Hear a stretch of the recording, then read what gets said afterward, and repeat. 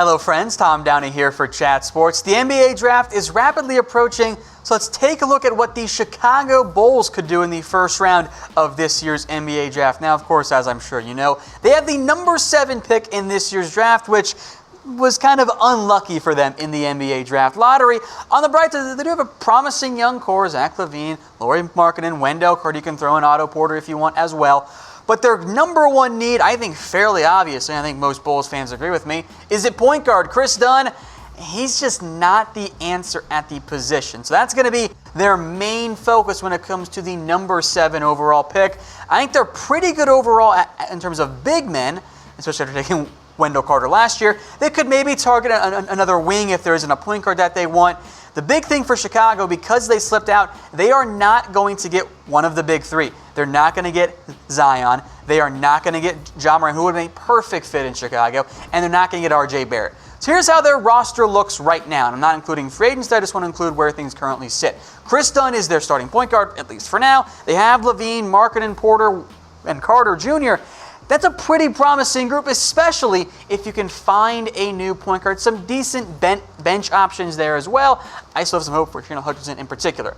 So when it comes to the Bulls and their biggest need by far being point guard here, should Chicago be of the point guard or bust mindset with the number 7 overall pick? Where things get dicey is the legitimate possibility that the point guards are off the board. LA could go point guard, the Suns could go point guard, the Cavs could still go point guard as well. They could all be gone by the time the Bulls are on the clock at number 7. So let me know. Type Y for yes, N for no. And if you want the Bulls to trade for a point guard, maybe potentially give the number 7 pick in that offer, I think that also makes some sense there for Chicago. So let me know what you guys think in the comments section. Let's move then to my top 5 draft targets. Now make note, I'm trying to balance here likelihood in term and also ideal. You're not going to see the top 3. You will see a more notable player that I don't know is quite going to fall to the Bulls. But at number 5, Cam Reddish, who was very much up and down this year at Duke. The tools are certainly all there. Now, the issue is, even though Cam looks the part, the production hasn't always been there. And frankly, it really wasn't there at Duke. Now, part of that was he was the clear-cut third option behind 2 likely top 3 picks. There's only so many shots to go around. But the efficiency wasn't great for Cam Reddish. He looks the part in terms of his shooting motion, yet he shot just over 33% from deep. He shot 39% from 2-point range. That's not the production that you want. So the question is, will Cam Reddish capitalize on his potential and kind of grow into the Paul George upside that he does possess, or is he going to flame out like Ben McLemore did and become a bigger version of him, or will he settle more in the middle and end up being kind of an Andrew Wiggins type player? Now, do make note for Cam here, he did recently undergo surgery, although that shouldn't be an impact for him long-term coming off that sports hernia injury.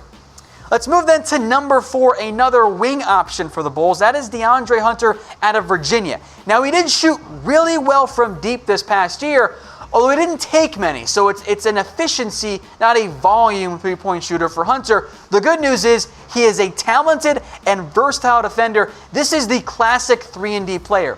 And I will never hate an NBA team for spending any pick, really, on a good 3-and-D prospect. Now, the biggest red flag here for Hunter, he's older than you typically like. So how much potential and upside is there left for Hunter? So not the same type of Reddish. But with that said, the upside is capped.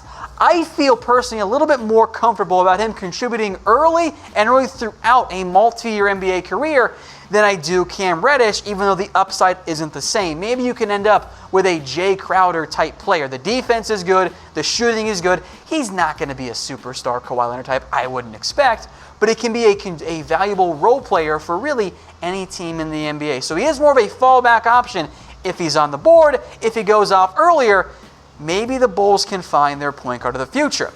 Number 3 is Darius Garland, who, I will say it right now, I don't think he's there. I have a tough time seeing Garland get out of the top 5, frankly, given who he's represented by with the Lakers there if they don't trade that pick. And for Garland, another upside-focused player here. Only played in 5 games of him because he tore his meniscus. And he did have more turnovers than assists at Vanderbilt, but that's not much of a sample size. 139 minutes, that's not going to get the job done, especially when you're on, let's not kid ourselves here, a pretty bad supporting cast. Now, he is a bit undersized, especially in terms of height, just 6'2", so there are some defensive fears there. But he is a score-first point guard who can put up points in bunches, shoots pretty well as well. So if you want a scoring point guard, I don't think he's going to be that caliber guy, but a Damian Lillard is maybe his absolute upside in terms of promise for Garland. He fits that mold. And the scoring is certainly there. I think he'd be a good fit in Chicago, and he shot pretty damn well from three-point range, although, again, in limited minutes. But again, in terms of the Bulls' big board, he might be as high as number 4 or 5. In reality, Darius Garland's probably not going to be. That's why he's only number 3, because I do want to balance likelihood here. Let's move then to number 2, who frankly might actually be the most likely pick, although he's not maybe the Bulls' ideal target at number 7 in terms of realism. That's Coby White out of North Carolina. If you Bulls fans want a point guard, and I get why you guys do, go get Coby White, who is kind of the opposite of Chris Dunn in many ways. Can play point guard and shooting guard. He'd be more of a point guard, though, of course, for the Bulls. A scoring first guard who shoots. Now, his three-point percentage wasn't exactly ideal this past year, but that's because Coby White shot a ton of threes. 35% from deep on a 6.5 attempts per game. You cut that down to, let's just say, 5 in the NBA, it probably jumps up a little bit more, especially in today's NBA, the fast pace. So I kind of see a little bit of Jamal Murray in him in terms of being that scoring first point guard who's pretty good shot from deep. And I love Murray coming out. I don't love White quite as much, but he keeps growing on me here. So if the Bulls were to land Coby White, I think he starts as your point guard right away. Chris Dunn can come in off the bench, can maybe contribute a little bit there. And Zach Lavine can also handle at least a little bit of the ball handling duty. And White is a good enough spot-up shooter that's going to be really good. And that would be a good fit for him. So I think in terms of fit, Coby White is a really good fit in Chicago. Now, one big thing here for White in terms of a downside, he does need to take better care of the ball. Too many turnovers at UNC, which is also, I think, a product of his play style. He plays fast, which, of course, I like. I like up-tempo and I like scoring, and White fits that mold. But he wanted to be more controlled in the NBA, or else it can lead to a lot of turnovers against just outright better defenders than he faced at North Carolina. At number 1 for me, maybe it's a bit of a surprise, but this is who I would target if I'm Chicago, and I think he might even be higher on their board than White, regardless of position. That is Jarrett Culver, who, yes, played some point guard at Texas Tech.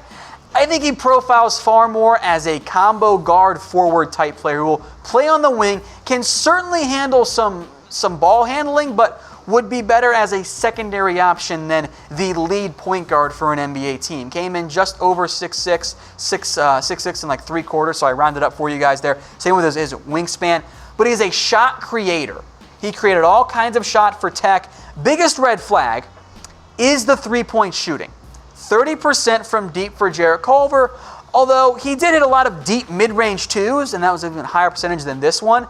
I think the traits are there to have a more consistent three-point shot. And if that's the case, he'd be a good fit in Chicago. And in terms of player comp there, if he can develop a more consistent three-point shot, I think he could become a Chris Middleton type kind of combo guard forward player there. If it never emerges, well, maybe Evan Turner could be a little bit more likely there for Culver. In an ideal world, maybe it's even Joe Jackson. I know that's high expectation, but that's the thing of just kind of the play style there for Culver.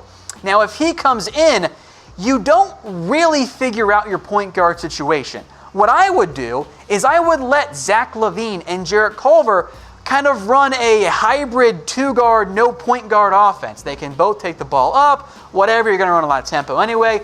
You don't necessarily need a true distributor in terms of what Chicago has to offer, because you want Lavine with the ball in his hand, you want to get the ball to Markkanen and Porter and all that. You can have it kind of be more of a rotational point guard system for the Chicago Bulls. I know it doesn't feel the biggest need, but Culver is an immensely talented target that I think would be a fantastic fit in Chicago alongside Zach Lavine. Let's recap then my top Chicago Bulls NBA draft targets, number 1 to number 5 again. We're not including the top 3 guys. They're not going to last to Chicago. So in theory, you're going to get one of your top 4 of Jarrett Culver, Coby White, who I do think is there at number 7 overall, Darius Garland at number 3, who I don't think he lasts, DeAndre Hunter, and then Cam Reddish at number 5. But let me know in the comments section, guys, who do you want the Chicago Bulls to take with the number 7 overall pick? You guys saw my top 5 list. If you don't like it, just let me know. Let me know who you want instead. There might be some other outliers there. Maybe Sequoia could be an option as well. But for the Bulls, let me know in the comment section, you Bulls fans, if you can get Culver or Coby White. I know Culver's not a point guard. I think that'd be a really good start to the Bulls 2019 NBA Draft.